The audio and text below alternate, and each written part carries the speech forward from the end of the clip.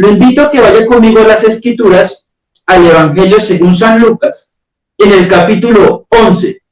Vamos a estar viendo los versículos del 1 al 13. Dicen las Escrituras: aconteció que estaba Jesús orando en un lugar, y cuando terminó, uno de sus discípulos le dijo: Señor, enséñanos a orar, como también Juan enseñó a sus discípulos. Y les dijo: cuando oréis, decid: Padre nuestro que estás en los cielos, santificado sea tu nombre. Venga tu reino. Hágase tu voluntad, como en el cielo, así también en la tierra. El pan nuestro de cada día, dánoslo hoy. Y perdona nuestros pecados, porque también nosotros perdonamos a todos los que nos deben. Y no nos metas en tentación, mas líbranos del mal. Les digo también: ¿quién de vosotros que tenga un amigo va a él a medianoche y le dice: amigo, préstame 3 panes porque un amigo mío ha venido a mí de viaje y no tengo que ponerle delante? Y aquel, respondiendo desde adentro, le dice: no me molestes, la puerta ya está cerrada y mis niños están conmigo en cama. ¿No puedo levantarme y dártelos? Os digo que aunque no se levante a dárselos por ser su amigo, sin embargo, por su importunidad se levantará y le dará todo lo que necesite. Y yo os digo: pedid y se os dará, buscad y hallaréis, llamad y se os abrirá. Porque todo aquel que pide recibe, y el que busca halla, y al que llama se le abrirá. ¿Qué padre de vosotros, si su hijo le pide pan, le dará una piedra? ¿O si pescado, en lugar de pescado, le dará una serpiente? ¿O si le pide un huevo, le dará un escorpión? Pues si vosotros, siendo malos, sabéis dar buenas dádivas a vuestros hijos, ¿cuánto más vuestro Padre Celestial dará el Espíritu Santo a los que se lo piden? Iglesia, vamos a orar, encomendando toda la enseñanza hoy al Señor, para que nuestro corazón sea redargullido, entendamos cuál es nuestra relación con el Señor, de qué manera debemos acercarnos a Él, teniendo en cuenta que es el Dios grande, al cual podemos hoy llamar Papá o Padre, por la obra de nuestro Señor Jesucristo en favor nuestro, siendo adoptados como hijos suyos, sellados por medio de su Santo Espíritu. Dios Todopoderoso, en esta mañana venimos delante de ti, agradeciendo que tú nos permitas no solamente leer y escuchar tu palabra, sino ser instruido por ti mismo a través de la obra del Espíritu Santo, guiándonos a toda verdad. Que la obra de nuestro Señor Jesucristo sea abierta delante de nuestros ojos y que podamos adorarte a ti, Dios Padre Omnipotente. Gracias por la misericordia con la cual tu pueblo hoy es escuchado y asimismo con la cual nosotros escuchamos tu palabra, pues el Evangelio es el poder de Dios para la salvación de todo aquel que en él cree. Ilumina nuestros ojos, nuestro entendimiento, para que cada día podamos vivir de acuerdo a las riquezas de tu palabra, para que santificados por medio de ella, podemos dar al mundo, Señor, esperanza por medio de la predicación del Evangelio, siendo la sal y la luz de la tierra. Te lo pedimos en el nombre de nuestro Señor Jesucristo. Amén.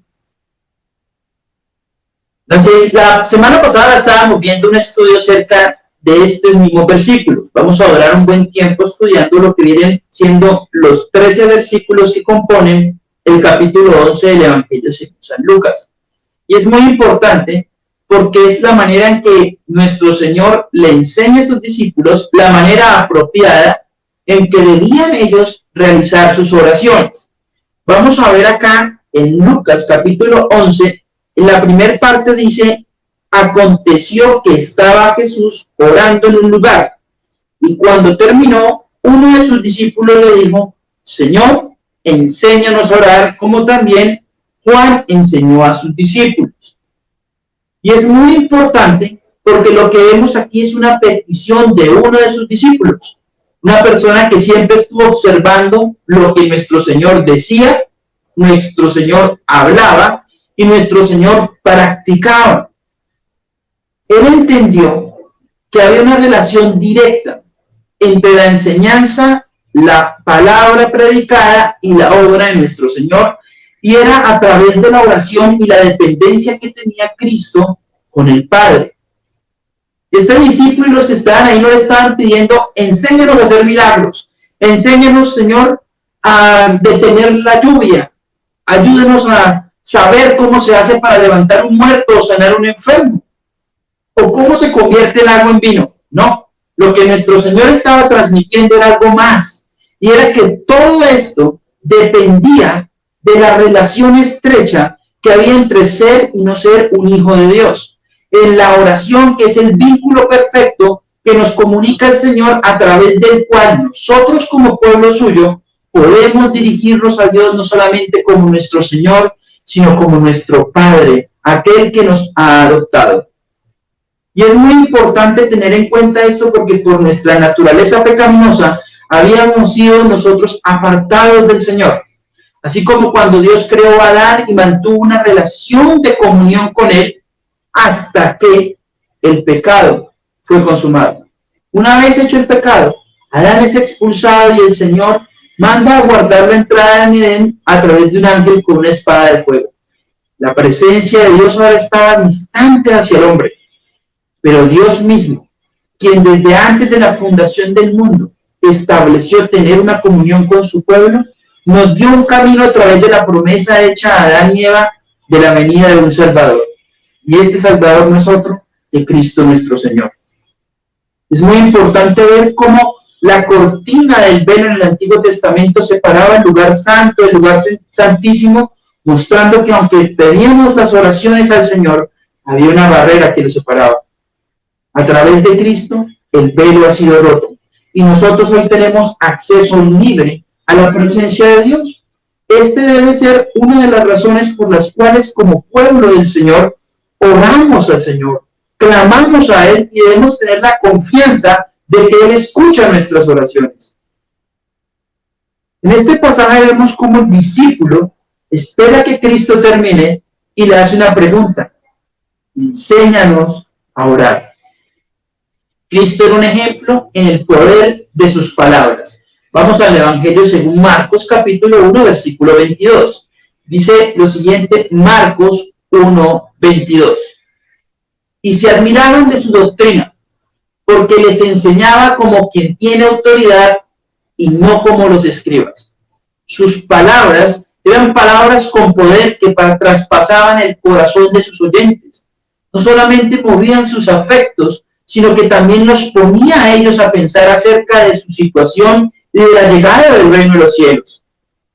Pero sus palabras y su testimonio verbal era representado también a través de su testimonio en la manera de vivir. Vamos a ver Mateo capítulo 6, versículo 34. Dicen las Escrituras. Mateo capítulo 6, 34. Desde el 33, mas buscar primeramente el reino de Dios y su justicia, y todas estas cosas os serán añadidas. Así que no os afanéis por el día de mañana, porque el día de mañana traerá su propio afán. Basta a cada día su propio mal. Cristo les estaba enseñando acerca de la dependencia que podían tener ellos en la manera de vivir. Vivía confiado y enseñándoles a ellos que debían confiar en Él. El Señor mismo había garantizado su provisión, había garantizado estar con ellos, los guardaba y era misericordioso con las personas. Lo podemos ver cómo ayudó a las mujeres que estaban, la mujer que tenía el flujo de sangre, cómo se acercó a aquellas personas que tenían lepra, mostrando misericordia y bondad. Él siempre se preocupó por aquellas personas que estaban en necesidad, tal y como lo hace hoy día. Pero también mostró sus obras milagrosas. Juan capítulo 3, versículos del 1 al 2, nos recuerda en boca del mismo Nicodemo cómo todo lo que hacía era un testimonio claro de que Él era Dios. Aunque en ese momento Nicodemo no lo había reconocido, sus palabras nos expresan que lo que hacía Cristo era de manera sobrenatural. Juan capítulo 3, versículos del 1 al 2. Había un hombre de los fariseos que se llamaba Nicodemo, un principal entre los judíos, este vino a Jesús de noche y le dijo: Rabí, sabemos que has venido de Dios como maestro, porque nadie puede hacer estas señales que tú haces si no está Dios con él. Cristo mismo estuvo sujeto a la oración. Cristo mismo entendía cuál era la voluntad del Padre y que según la voluntad del Padre, todo lo que hablaba, la manera en que vivía y los milagros que hacían estaban en una intimidad dada a través de su relación de oración con Dios mismo. Dios proveyó el Espíritu Santo sobre él, pero él mantenía siempre esa relación para mantenerse en obediencia al Padre. En el Salmo 2, vamos al Salmo número 2, en el versículo 8, vamos a observar el diálogo entre Dios Padre y Dios Hijo. Salmo, capítulo 2, versículo 8. Dicen las Escrituras: Pídeme y te daré por herencia las naciones, y como posesión tuya los confines de la tierra. Cristo mismo, en esa relación, debía someterse a la oración al Padre, y él dependía día y noche de esta relación. Eso nos debe llevar a pensar a nosotros, como pueblo del Señor, qué importancia y qué relevancia tiene la oración en nuestra vida. No solamente es la lectura de la palabra o los libros que nos ayudan a edificarnos, sino que Dios nos llama a permanecer en una relación íntima de oración con el Señor. La Biblia nos dice: oren sin cesar, oren en todo tiempo, acercaos a mí y yo me acercaré a ustedes. Dios mismo es el que nos invita. Y ustedes pueden ver cómo nuestro Señor Jesucristo mantuvo este tipo de relación. Vamos al Nuevo Testamento, al libro de los Hebreos, capítulo 5, versículo 7. Esta es la razón por la cual el discípulo le pregunta a Cristo: enséñanos a orar. Hebreos capítulo 5, versículo 7. Y Cristo, en los días de su carne, ofreciendo ruegos y súplicas con gran clamor y lágrimas al que le podía librar de la muerte, fue oído a causa de su temor reverente.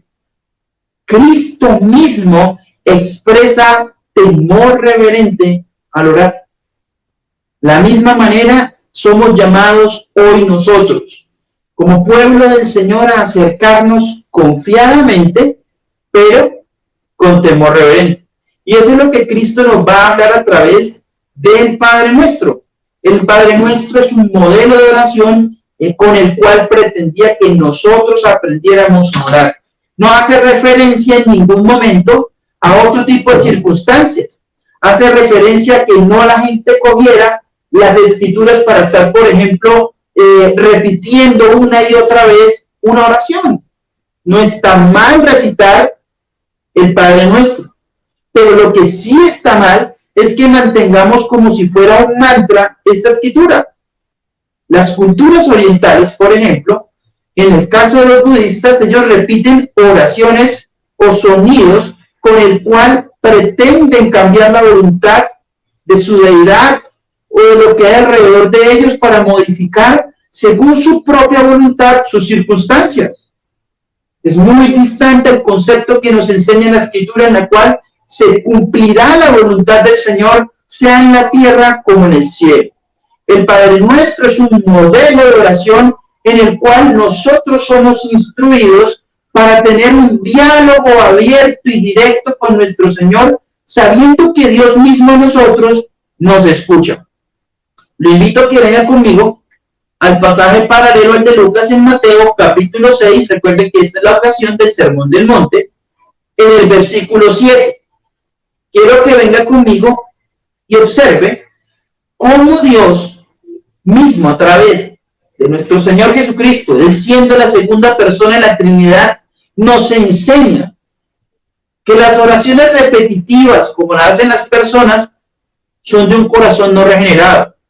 Hacen referencia a lo que hacían los paganos y no las personas que tienen una relación con el Señor. Dice: y orando, no uséis vanas repeticiones ¿Como quiénes? Como los gentiles, que piensan que por su palabrería serán oídos. No os hagáis pues semejante a ellos, porque vuestro Padre sabe de qué cosas tenéis necesidad, antes que vosotros le pidáis. Si nos damos cuenta a través de estos versículos, podemos nosotros notar la gran diferencia entre el modelo de oración que plantea nuestro Señor y tomar una oración como si fuera un mantra. Porque si nuestro corazón no ha sido transformado por la gracia de Dios a través del poder del Espíritu Santo, nuestras palabras se las llevará el viento. Salmo, capítulo 62, versículo 4. Este es el corazón mismo de nuestra relación. Este es el corazón mismo en la iglesia. Si nosotros, en el Evangelio, somos transformados, nuestros afectos hacia Dios y las palabras hacia Él han de cambiar. Pero aquellos que no tienen a Cristo no podrán sino expresar palabrerías y no serán escuchados. ¿Por qué? Salmo 62, versículo 4.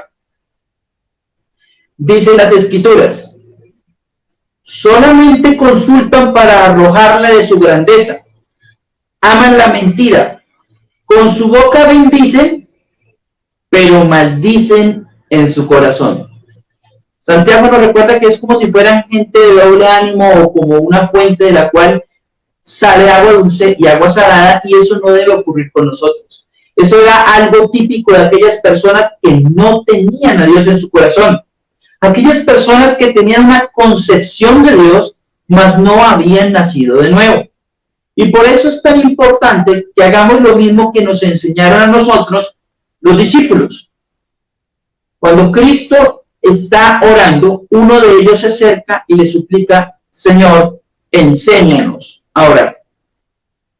Cristo, con todo el amor, nos enseña a nosotros cómo es la manera, el modelo en que nosotros debemos acercarnos para tener una relación íntima y personal con el Señor. Y por eso hemos dividido el estudio que está en Lucas capítulo 11, el tema del Padre Nuestro, que es conocida también como la oración del Señor, en 3 partes. La primera parte es lo que conocemos como la invocación, y es lo que veremos en el día de hoy. Es el pasaje que dice: Padre nuestro que estás en los cielos. Lucas 11:2. Padre nuestro que estás en los cielos. Y así es como comienza el Padre Nuestro, con una invocación.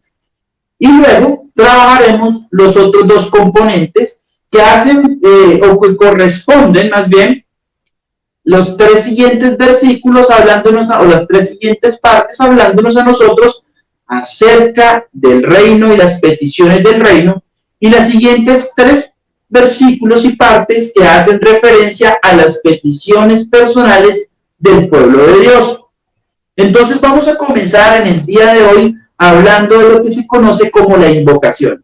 Y en la invocación he dividido la enseñanza en 3 aspectos: la paternidad de Dios, la oración del pueblo del Señor y el Dios Altísimo, al Dios al cual se le está orando. Entonces, cuando comienza el Padre Nuestro, en Lucas capítulo 11, hay una invocación. Así como nosotros, cuando queremos hablar con alguien y se encuentra en un lugar, lo llamamos por su nombre: Carlos, Pedro, o cuando mis hijos quieren acercarse a mí me dicen: papá, podemos hablar. De la misma manera, cuando invocamos al Señor, lo que estamos es dirigiendo nuestra boca, nuestro corazón, nuestros sentimientos, todo nuestro ser para hablar a Dios. De ahí la importancia que nuestra adoración al orar corresponda con el Dios al que nos dirigimos. Es muy importante tener un alto concepto del Dios al cual nos dirigimos. O si no, nuestra oración va a ser una oración que no refleja el carácter santo del Señor. Entonces, en la invocación, nosotros vamos a ver por qué es necesario orar, a quién le vamos a orar, en calidad de qué es que oramos nosotros. Recuerden que la oración es un deber cristiano. Todo cristiano ha de orar. Vamos al Antiguo Testamento, al libro del Éxodo. Acompáñenme a Éxodo, capítulo 20, Y vamos a leer en los 10 mandamientos el versículo 2 y 3. En el versículo dice, y habló Dios todas estas palabras diciendo, y este es el primer mandamiento, dice, yo soy Jehová tu Dios, que te saqué de la tierra de Egipto, de casa de servidumbre. No tendrás dioses ajenos delante de mí. Por eso es que Dios nos llama a tener una vida de oración, porque para tener un Dios delante nuestro es al cual nosotros le rendimos culto o adoración. Y una de las maneras en que lo hacemos es a través de la misma oración. Juan capítulo 17, versículo 3, nos dice a nosotros cuál es el corazón para tener vida eterna, o en qué consiste esa vida. Entonces lo invito a que vaya conmigo al Evangelio según San Juan. Vamos a leer en el capítulo 17, el versículo 3. Dicen las Escrituras, y esta es la vida eterna, que te conozcan a ti, el único Dios verdadero, y a Jesucristo, a quien has enviado. Y en esto comienza el Padre Nuestro, en la invocación de un Dios conocido. La razón por la cual no todas las religiones están orando al mismo Dios es que solo hay una manera de acceder a Él, y es a través de Cristo nuestro Señor. Si no se accede a través de Cristo, no estamos hablándole a Dios el Padre. Vamos a comenzar entonces nuestro primer punto, la paternidad de Dios. Y por eso el Padre Nuestro comienza diciendo, Padre nuestro que estás en los cielos. En el Antiguo Testamento dirigirse a Dios como si fuera el Padre era algo muy raro, porque ellos veían al Padre pero por el aspecto de haber sido el creador de todas las cosas. Incluso ellos tenían prohibido el mencionar su nombre o el hablar de manera desprolija como lo manda el mandamiento, o lo ordena el mandamiento, no usará su santo nombre en vano o a la ligera, ¿cierto? Nosotros tenemos que entender que las palabras del contexto en el cual están hablando son por lo que cuando oraba no usaban ni siquiera el nombre de Dios. Y cuando los discípulos escuchan la manera en que Cristo les enseña a orar, está rompiendo con una manera tradicional de ellos dirigirse a Dios. Primero, porque les dice que deben relacionarse con Dios como su papá. La palabra Abba, de la cual deriva la traducción, es papá o papito, padre, pero en una relación filial o familiar. Para ellos era muy extraño esa manera de dirigirse a Dios. Podría sonar incluso escandaloso porque ellos no mencionaban ni siquiera el nombre de Dios. Y lo que nos está enseñando Cristo es que a través de Él tenemos un privilegio. Y es el privilegio de poder atravesar el velo, de poder ir a la presencia del Señor y dirigirnos a Él como nuestro Padre, nuestro Papá, dándonos a nosotros la confianza para poder expresarle nuestros sentimientos, nuestros pensamientos, alabarlo y adorarlo en una devoción. Pero eso dista mucho de lo que hoy día algunas personas hacen al dirigirse como el man, el partner, el socio. Dios no es mi socio, no es mi partner con el que me codeo, no es un man, es el Dios Todopoderoso que al reconocernos como hijos permite que se le llame papá, nuestro Padre, porque ahora Él nos ha adoptado a través de la fe en Cristo y hemos sido sellados por medio del Espíritu Santo para poderle clamar a Él, Abba, Padre. Solo el pueblo de Dios puede dirigirse al Señor como su papá. Es una relación íntima por pertenecer a su familia. Ningún impío, ninguna persona que no posee relación alguna con el Dios de las Escrituras puede dirigirse a Él como Padre. Eso nos recuerda el pasaje donde dice, Señor, en tu nombre echamos fuera demonios, sanamos enfermos, y el Señor les dice, apartados de mí, nunca os conocí, hacedores de maldad. Hay una gran diferencia entre ser reconocidos nosotros, sus creyentes, como hijos de Dios. Y nos permite acercarnos y dirigirnos a Él en plena certidumbre de fe, en confianza, sabiendo que nuestra oración es escuchada y nuestro espíritu es reedificado por Él. La creencia pagana de que Dios es el Padre de todo no está plasmada en las Escrituras. Todo lo contrario, la Biblia incluye y al mismo tiempo excluye. Nos incluye como un pueblo, en un plural, a que nos dirijamos a Dios como nuestro Padre. Pero al mismo tiempo excluye a los demás porque no son reconocidos como hijos. Vamos al Evangelio según San Juan a leerlo en el capítulo 1, los versículos del 12 al 13. Esa concepción moderna de estar viendo como si todas las religiones pudieran levantar súplicas y todos los caminos condujeran al mismo Dios, o como escuché que dice en radio, que cada uno se dirija al Dios que crea, es ignorar lo que la Biblia y el Dios verdadero tienen para enseñarnos. Juan capítulo 1, versículos del 12 al 13.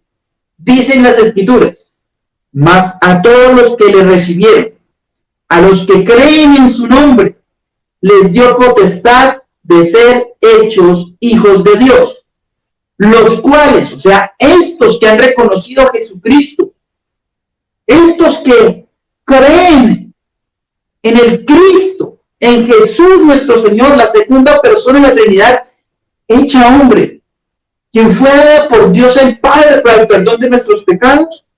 Estos son los que dice, los cuales no son engendrados de sangre, ni de voluntad de carne, ni de voluntad de varón, sino de Dios. No se puede llegar a ser hijo de Dios por un querer. No se puede, porque el pecado es tan fuerte en nosotros que nuestros afectos también han sido dañados por el pecado mismo. Nuestros afectos son contrarios al Señor. Nuestra voluntad nos lleva a hacer lo que amamos y deseamos, que es muy contrario a lo que la Biblia enseña. Tampoco se es hijo por herencia. No porque mi padre haya sido cristiano, yo soy necesariamente cristiano. Y este era el gran error que tenía el pueblo judío, que al darse ellos por nación descendientes de Abraham, automáticamente eran hijos de Dios. Y Cristo está rompiendo con esto al enseñarles que solamente a través del nuevo nacimiento se es hijo de Dios. Juan capítulo 3, versículo 3.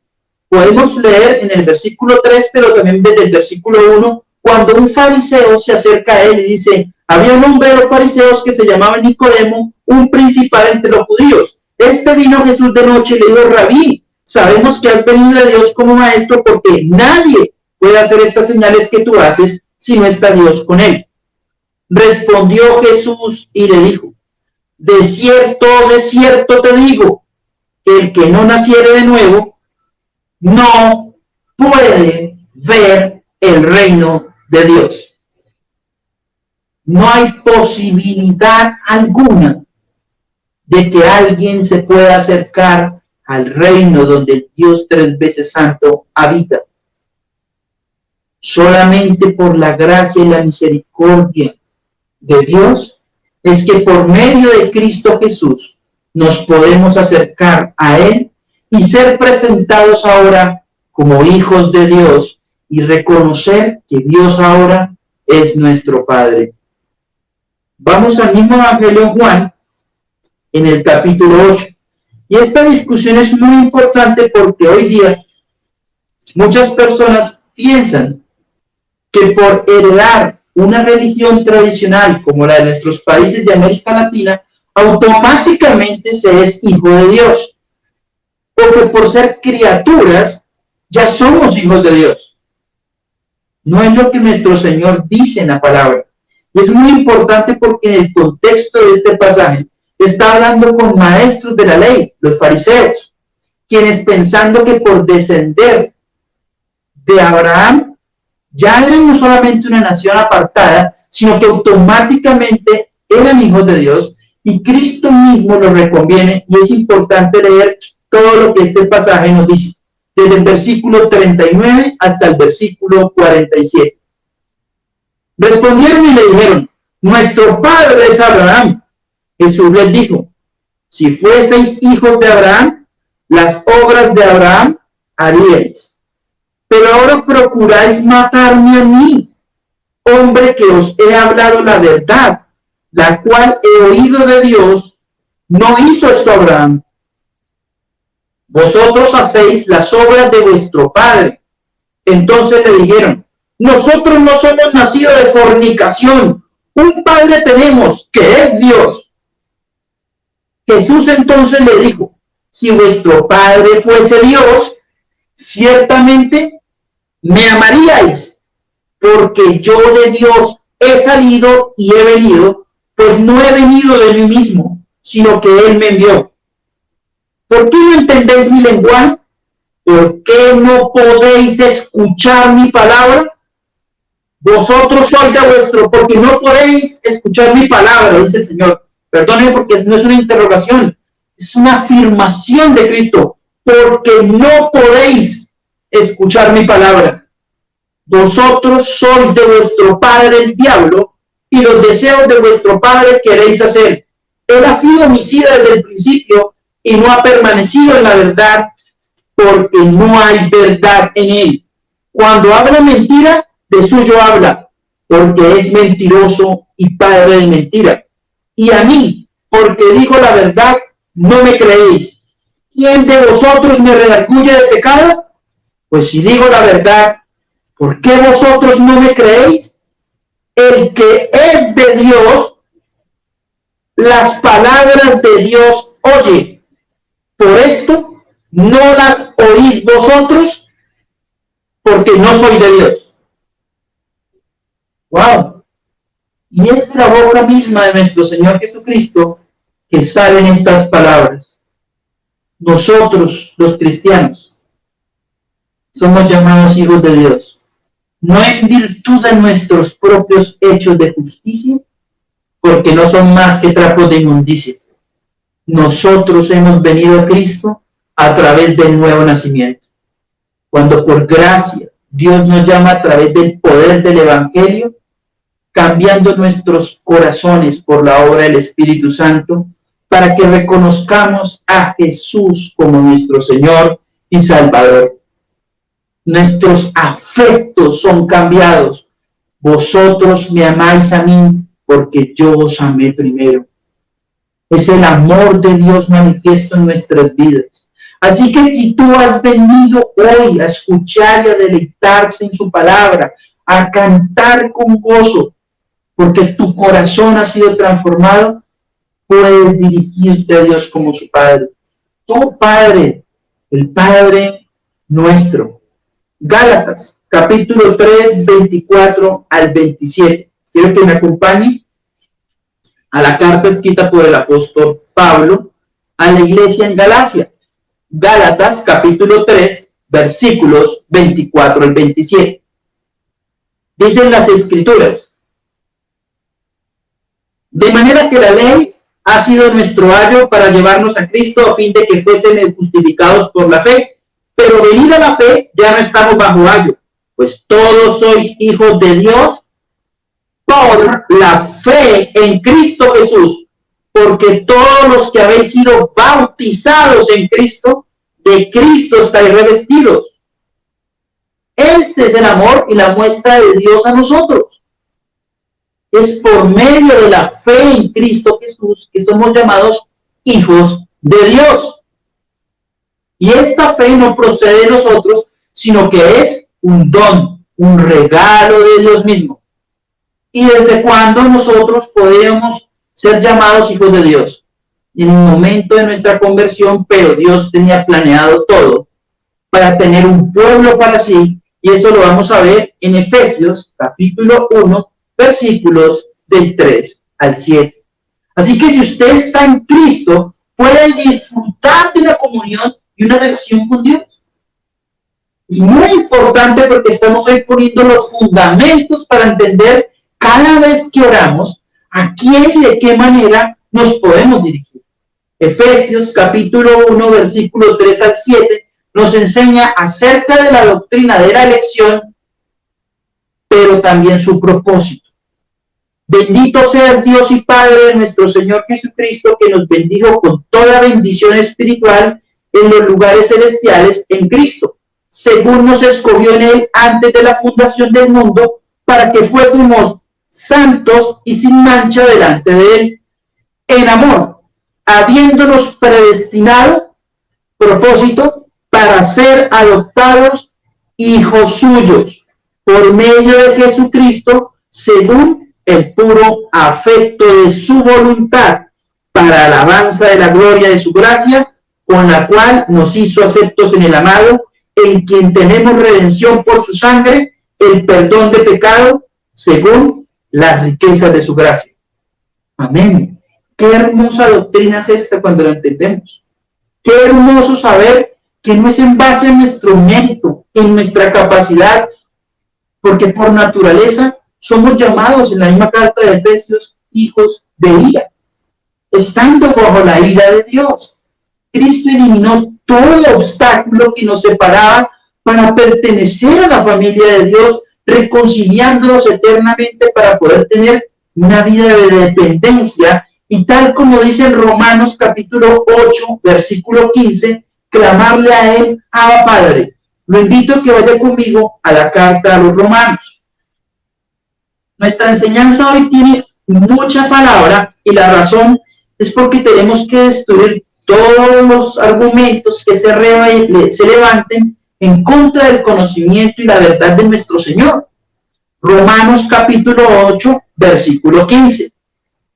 Dicen las Escrituras: pues no habéis recibido el espíritu de esclavitud para estar otra vez en temor, sino que habéis recibido el espíritu de adopción, por el cual clamamos, Abba, Padre. Pablo tenía muy claro que nuestra relación con Dios cambiaba nuestra situación. Pasábamos de esclavitud en el pecado y en Satanás a ser llamados libres y a ser esclavos ahora, pero del Señor, de un Dios bueno, misericordioso y bondadoso, que no solamente nos aceptaba como sus siervos, sino que nos hacía pertenecer a su familia, siendo llamados ahora hijos de Dios. Acompáñenme a la carta de Pablo a los Gálatas, capítulo 4, versículo 6. Gálatas, capítulo 4, versículo 6. Y es muy importante cuando usted, si quiere leamos desde el versículo 4, dice, pero cuando vino el cumplimiento del tiempo, Dios envió a su Hijo nacido de mujer y nacido bajo la ley, para que redimiese a los que estaban bajo la ley, a fin de que recibiésemos la adopción de hijos. Y por cuanto sois hijos, Dios envió a vuestros corazones el espíritu de su Hijo, el cual clama, Abba, Padre. Así que ya no eres esclavo, sino hijo. Y si hijo, también heredero de Dios por medio de Cristo. Qué gran bendición tenemos nosotros. ¿Y por qué es tan importante enseñar acerca de los pasajes que sustentan nuestra adopción? Porque cambia radicalmente la manera en que nos podemos dirigir a Dios. Porque cambia nuestra vida al punto de la eternidad. Porque ya no nos debemos acercar con pánico, sino con temor reverente. Ya no vamos a ser destruidos por la ira santa del Señor, sino que somos recibidos en Cristo Jesús como sus hijos amados. Tristemente, a causa de las relaciones paternas, vemos una imagen distorsionada de Dios. Muchas veces, si en nuestros hogares el papá que tuvimos era un papá fuerte, un papá seco, un papá duro, exigente, incluso maltratador, cuando nos hablan de Dios como Padre, tratamos en nuestro inconsciente, o a veces de manera consciente, de tener una asociación en nuestros sentimientos para tratar de percibir equivocadamente, y lo hace equivocadamente, a Dios como ese Dios severo, justo, pero no justo en justicia, sino con una severidad implacable sobre nosotros que nos tiene bajo su ira constante. Dios es justo y por eso hubo un muerto, y el muerto está en la cruz y estuvo en la cruz y fue resucitado, y es Cristo. Cristo murió en lugar nuestro y la justicia de Cristo fue puesta a nuestro favor, así como nuestro pecado fue cargado sobre él. A veces tenemos una interpretación equivocada de Dios como Padre. Puede también ser la oportunidad que si tuvimos un papá donde el papá era laxo, que no le importaban las normas, lo que dirían hoy muchos niños, soy un papá chévere, un papá bacán porque no me molesta la vida. Llegamos a entender como si mi necesidad fuera tener un Dios que no me perturbe, que cumple todos mis deseos, mis anhelos y todo lo que yo deseo para mi propia vida. Es por eso que en muchas iglesias se predica de un Dios muy relajado, no el Dios de las Escrituras, y al mismo tiempo que es Dios que es Padre, también es un Dios santo, que a pesar de su gracia también es misericordioso, también es justo y aplica justicia. No nos gustan oír ambos términos, sino que muchas personas quieren, déjenme tener un Dios a mi manera. Este será su Dios, pero no el mío. El mío no se la pasa diciéndome nada que me ofenda. El Dios de las Escrituras, aunque es un Dios amoroso, también dice la palabra que el amor no excluye la disciplina, sino el Padre que es amoroso a su Hijo le disciplina. Y aquel que deja sin disciplina es llamado bastardo, es decir, ilegítimo, no es un hijo de él. Así que cuando tú y yo atravesemos dificultades, no tengamos la percepción equivocada de que es que Dios me abandonó.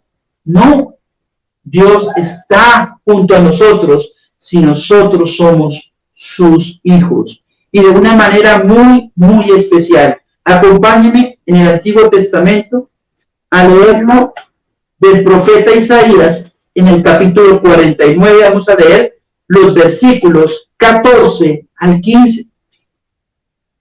Y lo invito porque en las circunstancias que actualmente padecemos, muchas personas empezamos a cuestionar a Dios a través del sufrimiento. Recordemos el pasaje en Job. Job comienza adorando y alabando y toda la prueba lo va llevando a sentir cada vez más, ayudado por todas las personas alrededor, para angustiarlo, que empieza a controvertir y sus pensamientos empiezan a desviar de lo que las Escrituras dicen, a tener conflictos, pero al final él reconoce que solamente de oídas te había oído, pero ahora mis ojos te ven. Tuvo la claridad de ser confrontado por un Dios que también es justo y misericordioso y nos recuerda que nosotros somos amados por Él, pero que también somos disciplinados por Él. Muchas veces usted en las circunstancias actuales tiende a pensar que Dios es tan distante que toca hacer mantras como las personas que no tienen a Dios, o hacer tales y tales cosas para ser agradado y agradar a un Dios para que me dé lo que necesito. Les recuerdo que usted y yo somos vistos a través de la obra de Cristo, una obra perfecta en vida, muerte y resurrección. Una obra que hace que nuestros ojos puedan observar la grandeza de Dios y Dios nos llama a nosotros sus hijos amados.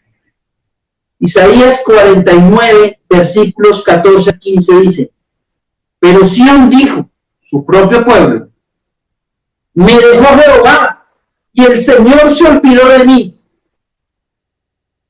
Y la respuesta del Señor es la respuesta que tú y yo debemos escuchar.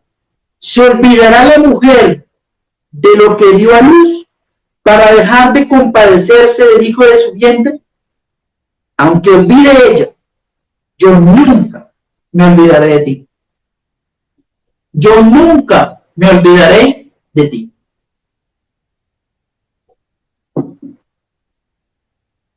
El Salmo 27, versículo 10, recoge la misma idea. Aunque mi padre y mi madre me dejaran, con todo, Jehová me recogerá. Dios es llamado ahora papá, y un papá bueno, amoroso, justo, misericordioso, lleno de gracia, que muchas veces nos disciplina para que nuestros corazones puedan deleitarse en Él como la única fuente de contentamiento y de gozo para nuestras vidas.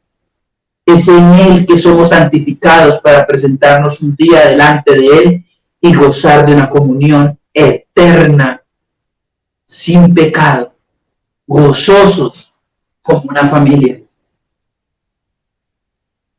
A pesar de que tal vez por las circunstancias hoy nos sintamos alejados de Dios, debemos recordar que no es cierto y que nuestro corazón es engañoso y a veces percibimos a través de las circunstancias de manera equivocada. Y por eso hoy hemos escuchado a través de la misma palabra de Dios sus declaraciones. Dios no es hombre ni hijo de hombre para mentir o cambiar de parecer, sino que Él, lo que nos muestra en su palabra, es que Él jamás ha de cambiar y que nosotros podemos vivir complacidos delante de quien es Él. Mateo capítulo 27, 46 nos muestra por qué nosotros no podemos ser abandonados, por qué nosotros no podemos ser apartados de Dios. Y es porque Cristo fue apartado en lugar nuestro, porque Cristo sufrió el abandono que era nuestro. El abandono por causa de nuestros pecados recayó sobre Él. Y por eso en Mateo 27, 46, en Gólgota, en la cruz del Calvario, el Señor expresa las siguientes palabras. Cerca de la hora novena, Jesús clamó a gran voz diciendo, Elí, Elí, lama sabactani. Esto es, Dios mío, ¿por qué me has desamparado? El desamparo temporal de Cristo fue por nuestro desamparo eterno. Dios verdadero, pero también hombre verdadero. Él en la cruz, muriendo en lugar nuestro y confiriéndonos a nosotros una reconciliación eterna. El abandono de Cristo fue por nuestro abandono. Y así que usted y yo hoy podemos mantener una relación de confianza con Dios y llamarlo papá. Y seguro que en medio de cualquier circunstancia, Él estará con nosotros. Jeremías, capítulo 31, versículo 3, nos dice a nosotros una palabra que debe mover nuestros corazones, nuestros pensamientos, y debemos mantenerla siempre firme. Jehová se manifestó a mí hace ya mucho tiempo diciendo, con amor eterno te he amado, por tanto te prolongué mi misericordia. Por eso es que nos dirigimos a Él como Padre. Y esta es la relación filial que tenemos. Por eso nuestro primer punto era la paternidad de Dios. El segundo punto es una oración del pueblo de Dios. Y es un punto bastante breve, pero es muy importante. Recuerda que dice Padre nuestro. Esta oración no nos dice Padre mío, sino Padre nuestro. Habla de una relación comunitaria. Y es la comunidad del pacto con Dios. Es su pueblo al cual redimió y compró para sí mismo. Somos ovejas de su prado. Somos su propiedad exclusiva. Le pertenecemos a Él. Ora y clama nuestro Señor Jesucristo por nosotros día y noche en el tabernáculo de los cielos y nos sostiene con su diestra victoriosa. Nada en la creación nos podrá separar a nosotros, su pueblo, de su gran amor. Él oró, Padre nuestro, involucra a su pueblo en la adoración. Nosotros, por lo tanto, debemos involucrar al pueblo en oración. Yo no oro para el perdón solamente de mis pecados, sino perdónenos nuestros pecados. No oro por mi provisión, sino danos el pan de cada día. No podemos tener una relación fría con los miembros de la iglesia. No importa en qué parte del mundo están, somos la familia de Dios. Somos llamados hermanos, hijos del mismo Padre que está en los cielos. Y es un llamamiento a tener una comunión a través de la oración con la iglesia. De allí la importancia de que oremos los unos por los otros. En Santiago capítulo 5, 14, 16, dice la palabra del Señor: ¿está alguno enfermo entre vosotros? Llame a los ancianos de la iglesia y oren, plural, por él, ungiéndole con aceite en el nombre del Señor, y la oración de fe sanará al enfermo. Y el Señor lo levantará, y si hubiese cometido pecados, le serán perdonados. Confesados vuestras ofensas unos a otros, y orad unos por otros, para que seáis sanados. La oración del justo puede mucho. Dios mismo nos enseña a mantener una relación de oración comunitaria. No solamente es orar en grupo, sino orar por los que están con nosotros. Los papás oran por su esposa y sus hijos, como hacía Job. Los padres de familia somos llamados a orar no solamente por ellos, sino por nuestros jefes, por las autoridades, por las naciones enteras. El pueblo de Dios debe distinguirse porque tenemos una oración en la cual involucramos las necesidades de los demás. No podemos tener un corazón duro hacia las necesidades de nuestros hermanos. No podemos responder: sí, Dios lo bendiga, sí, oraré por usted, y nunca lo hacemos. Es pecado. Es pecado dejar a un lado la oración, como decía el profeta Samuel. Si yo dejara de orar por ustedes, pecaría.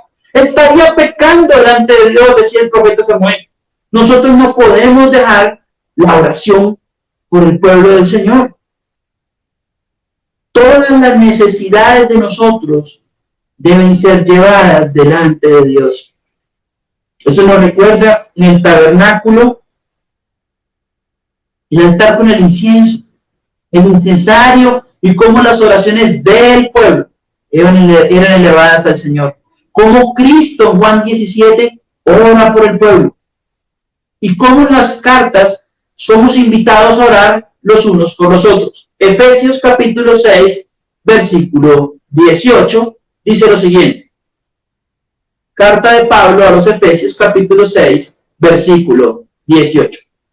Dice: orando en todo tiempo, con toda oración y súplica en el Espíritu, y velando en ello con toda perseverancia y súplica por todos los santos.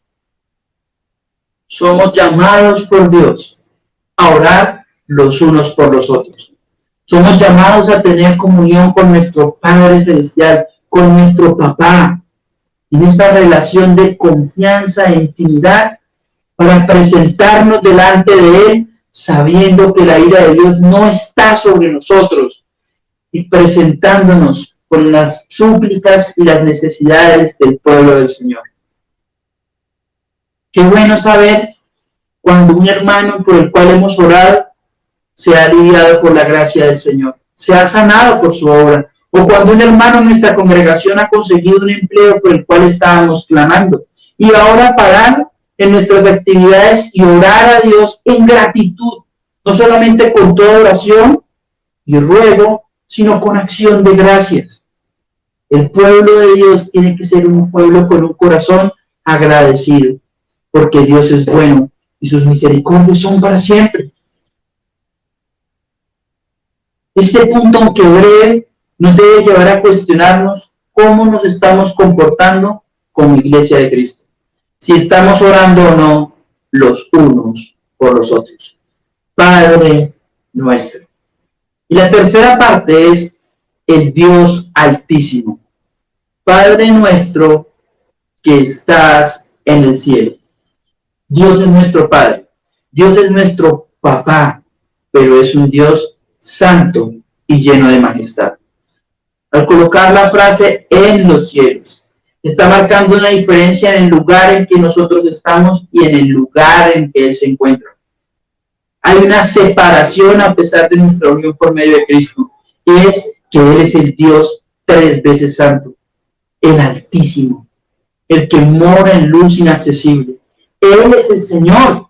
Éxodo capítulo 20, versículo 7, nos recuerda a nosotros la importancia de reconocer el carácter de Dios, el cual es reflejado en su nombre.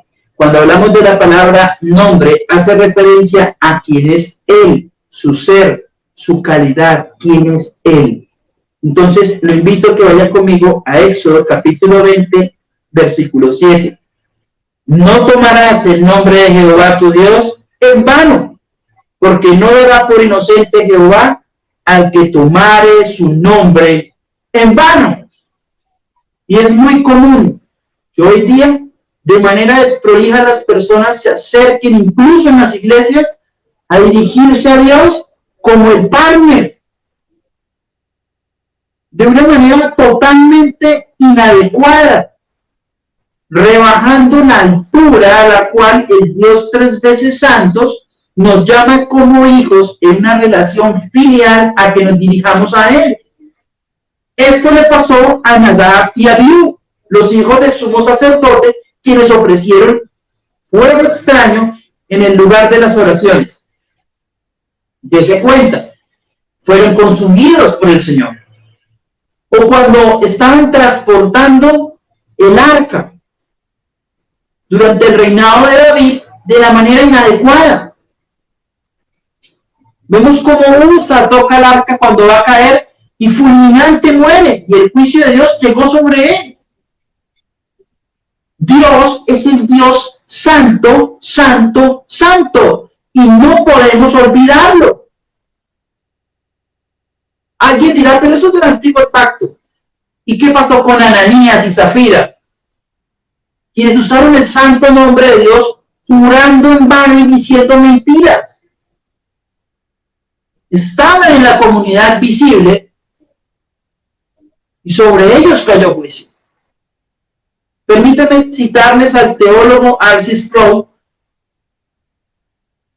en lo que dice respecto a la intimidad que debemos tener con Dios y en nuestra relación. Dice R.C. Sproul: si bien debemos venir ante el Señor en una actitud de intimidad, aún así hay un elemento de separación. Podemos venir a Dios y llamarlo Padre, pero esta relación filial no nos permite tener el tipo de familiaridad que produce desdén. Hemos de venir con confianza, sí, pero nunca con arrogancia y presunción. Imagínense presentarnos con arrogancia pidiendo, sí, reclamo, declaro, decreto, te ordeno. ¿Lo ha escuchado? Eso es venir de manera arrogante y no reconocer que debemos venir a Él con la cabeza gacha, entendiendo que es por medio de Cristo que nos presentamos ante el trono de su gracia. No podemos jamás olvidar que nuestro Padre está en el trono y es Rey de Reyes y Señor de Señores. ¿Cómo puedo decretar si el que decreta es el Rey? ¿Cómo puedo exigirle a Dios? Eso es asumir con arrogancia nuestra cercanía, Señor. Y el Padre nuestro lo reconocemos como nuestro papá, en una relación de ser adoptados hijos de Dios, pero también lo reconocemos como el Dios que está en los cielos, un Dios misericordioso, justo, santo y bueno. No podemos poner un atributo en detrimento del otro, todo lo contrario, y debemos acercarnos a Él con reverencia y familiaridad, en amor y confianza, pero también con respeto. Hebreos, capítulo 12, versículos 28 al 29. Hebreos, capítulo 12, versículos 28 al 29. Nos recuerda esto mismo. Así que, recibiendo nosotros un reino inconmovible, tengamos gratitud y mediante ella sirvamos a Dios agradándole con temor y reverencia, porque nuestro Dios es fuego consumidor. No era sino es tiempo presente, fuego consumidor. Sin santidad nadie verá a Dios. Debemos entonces tener en cuenta en la invocación del Padre Nuestro a quién nos dirigimos, que nos dirigimos no solo como personas aisladas, sino como el pueblo de Dios, pero que también de manera filial podemos llamar a Dios nuestro papá, nuestro papito, nuestro padre, aquel que nos llama ahora hijos por medio de Cristo. Conclusión: Dios desea que tengamos nosotros una vida de intimidad y cercanía con Él, brindándonos el privilegio de ser nosotros llamados hijos de Dios por la obra de su Hijo, nuestro Señor y Salvador Jesucristo, que nos compró a precio de sangre para presentarnos a nosotros, asimismo el lavamiento por medio de la palabra, como una iglesia blanca, pura y sin mancha, donde nosotros somos constituidos hijos de Dios y por lo tanto herederos, sellados por medio del Espíritu Santo para poderle clamar a Él, Abba Padre. Pero esto también debe llevarnos a reconocer que aquellas personas que están sin Cristo no son reconocidas como hijos de Dios. Y las Escrituras en Juan 8:44 dice: vosotros sois de vuestro padre el diablo, y los deseos de vuestro padre queréis hacer. O estás con Cristo o estás en su contra, o has nacido de nuevo o estás muerto en delitos y transgresiones, o eres llamado hijo de Dios o eres llamado hijo de ira. Si hoy el Espíritu Santo te está contristando para venir en arrepentimiento y fe en Cristo, invócale hoy, clama a Él y Él te responderá: venid a mí todos los que estén cansados y turbados, y yo os daré descanso. Buscadme mientras yo pueda ser hallado. Hoy es día de salvación. Hoy, como pueblo del Señor, tenemos que clamarle al Dios omnipotente, a nuestro Padre Celestial. Si tú aún dudas, ven, exprésale con tu boca, leyendo en tu corazón y clamando: Señor, sé propicio a mí, pecador. La voluntad de Dios es que ninguno muera, pero sabemos que por su gracia ha llamado a un pueblo para sí. Que Dios nos bendiga hoy, porque somos llamados por medio de la fe en Cristo Jesús. Lo invito para que reconozcamos que solamente por medio de Cristo hay salvación. Salmo, capítulo 103. Vamos a leer los versículos del 1 al 14. Tal vez usted diga: las circunstancias me han dejado sin aliento para clamar. Pero el salmista reconocía la dificultad de la batalla de la oración y por eso se habla a sí mismo: bendice alma mía Jehová, y bendiga todo mi ser su santo nombre. Bendice alma mía Jehová, y no olvides ninguno de sus beneficios. ¿Y cuáles son los beneficios y la herencia que tenemos en Cristo? Él es quien perdona todas tus iniquidades, el que sana todas tus dolencias, el que rescata del hoyo tu vida, el que te corona de favores y misericordias, el que sacia de bien tu boca, de modo que rejuvenezcas como el águila. Jehová es el que hace justicia y derecho a todos los que padecen violencia. Sus caminos notificó Moisés, y a los hijos de Israel sus obras. Misericordioso y clemente es Jehová, lento para la ira y grande en misericordia. No contentará para siempre, ni para siempre guardará enojo. No ha hecho con nosotros conforme a nuestras iniquidades, ni nos ha pagado conforme a nuestros pecados. Porque como la altura de los cielos sobre la tierra, engrandeció su misericordia sobre los que le temen. Cuanto está lejos el oriente del occidente, hizo alejar de nosotros nuestras rebeliones. Como el Padre se compadece de los hijos, se compadece Jehová de los que le temen, porque Él conoce nuestra condición, se acuerda de que somos polvo. Alabado y bendecido sea nuestro Dios. Lo invito a que cierre sus ojos e invoque a su Padre eterno, a su papá que está en los cielos, y clamemos a Él, porque Él ha prometido, jamás os dejaré, nunca los abandonaré. Aunque nosotros podamos en las circunstancias sentirnos así, debemos recordar la obra de Cristo en la cruz y sus palabras: Padre mío, ¿por qué me has abandonado? Su abandono nos recuerda que tú y yo jamás seremos abandonados por Él. Amados el Padre Celestial, Papito nuestro, Papá, hoy venimos delante de ti con temor reverente, agradeciendo el gran amor con el cual tú nos has amado, para alabanza y honra de tu nombre, Señor. Y enviaste a tu Hijo Jesucristo para el perdón de nuestros pecados, Señor. Y por medio del Espíritu Santo, en la locura de la predicación, cambiaste nuestro corazón y nuestros afectos para que reconociéramos que hemos pecado en contra ti y tuya, y que solamente por medio del arrepentimiento y la fe en Cristo Jesús somos salvos. Que solamente confiando en la obra de gracia y misericordia hecho por nuestro Señor, podemos ser reconciliados. Que en la cruz del Calvario podemos recordar también el abandono de Cristo, pero también que tú jamás nos dejas y jamás nos abandonas. Señor, oramos por las necesidades de nuestra iglesia. Oramos por aquellos que hoy padecen persecución en diferentes países, en Venezuela, en la China, en nuestro propio país. Nuestra iglesia anhela, Señor, poderse volver a reunir.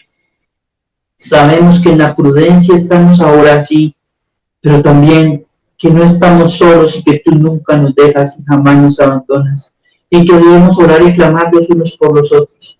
Oramos por aquellos, Señor, que hoy no tienen trabajo, para que tú les proveas la oportunidad de poner al servicio de los demás sus dones y sean reconocidos mediante salarios justos. Ayúdanos a nosotros, Señor, a orar por nuestras autoridades para que les concedas sabiduría y les llenes de arrepentimiento por sus pecados, para que nuestro país reconozca que solamente pueden venir cambios si tú cambias nuestro corazón a través de la predicación del Evangelio. Oramos, Señor, por nuestros pastores y por las personas que tú estás poniendo para enseñar tu palabra en todo nuestro país. Señor, en estos momentos donde tu iglesia necesita ser confrontada, exhortada, redarguida. Y agradecemos por las súplicas, Señor, de hermanos que han sido respondidas por ti. Aquellos que has sanado y has levantado de la cama. Aquellos que les has librado, Señor, de la muerte. Nosotros, Señor, quienes cuando enfermamos volvemos y nos levantamos, Señor. Y muchas veces asumimos que fue por el medicamento, olvidándonos que fue por tu gracia y por tu misericordia. Gracias por aquellos, Señor, que padeciendo enfermedades graves, hoy pueden adorar incluso en el lecho y la cama que tú les ungiste. Señor, en tus manos encomendamos todo lo que queda de este día, para que sea de propicio a ti como alabanza y honra a tu nombre. Guárdanos para no pecar contra ti, en el nombre de Cristo Jesús. Amén.